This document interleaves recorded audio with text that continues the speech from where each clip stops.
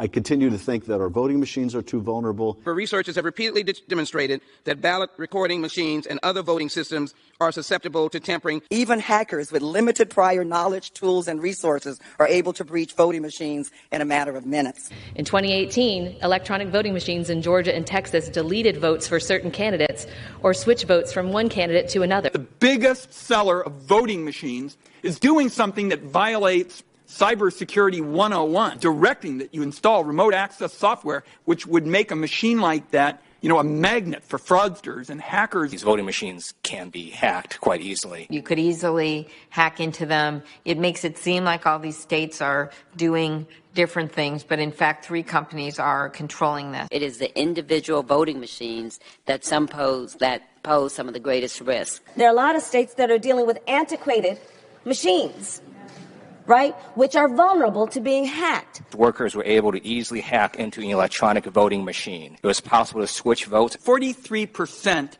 of American voters use voting machines that researchers have found have serious security flaws, including backdoors. We know how vulnerable now our systems were. I know the hackathon that took place last year, where virtually every machine was broken into fairly quickly. I actually held a demonstration for my colleagues here at the Capitol, where we brought in folks who, before our eyes, hacked election machines.